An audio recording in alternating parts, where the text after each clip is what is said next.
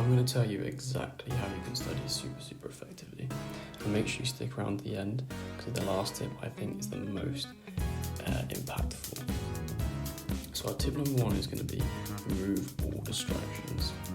Now, this is going to include your phone, simply just some like noise in the background, maybe people or family.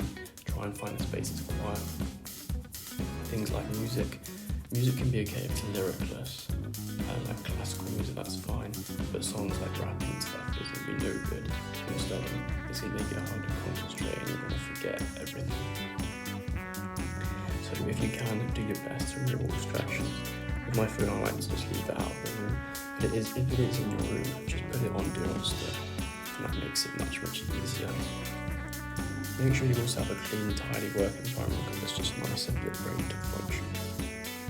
Okay, so tip number 2 is going to be to never work longer than 45 minutes at a time.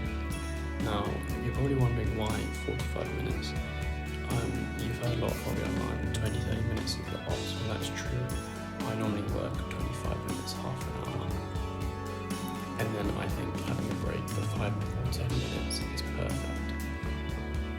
But you do not want to be working more than 45 minutes, because I like to think of it as a muscle. If you think you train a muscle for too long, you then can't do as many reps. It gets harder and harder as your muscle fatigues. Well, your brain kind of works the same way and it fatigues. So then if you are doing it for too long, it's going to get tired and it needs breaks to be able to work again as effectively. So our tip number 3 here is going to be to find the right study technique for you. So this is very important, probably one of the biggest tips I can give you. And the way to do this is just to try as many different techniques you can. There's so many out there. Just Google some techniques. I can even make a video on specifically the different techniques if you'd like me to. And once you've found one that works best for you, and you're getting the best test results after using it, etc., I'd go for this technique and practice it. And for me, what I do is I write my notes down many times, and then it kind of just like goes into my head really well. And that way I don't forget it. So I'll write it down and then I'll highlight bits, I'll revisit it, and that's really important. So if you want to try that, I highly recommend it, but obviously it doesn't work for everyone, so you've got to find your own technique.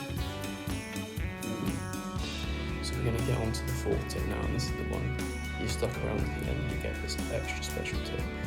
And this is, here it comes, sleep. So sleep is super important, and I'll tell you why right now. So during the day when we're thinking and doing brain activities as we do, our brain produces a sort of waste chemical, and if we don't clean this up overnight when we sleep, we end up starting the next day with it, and it makes it much harder to concentrate, to focus, and to retain information. So by getting that good night's sleep, you should be able to function much better the next day and be able to study so much more effectively. So that is the end of the video. I hope you've learned something from this, and if you want me to make any more videos, put it in the comments.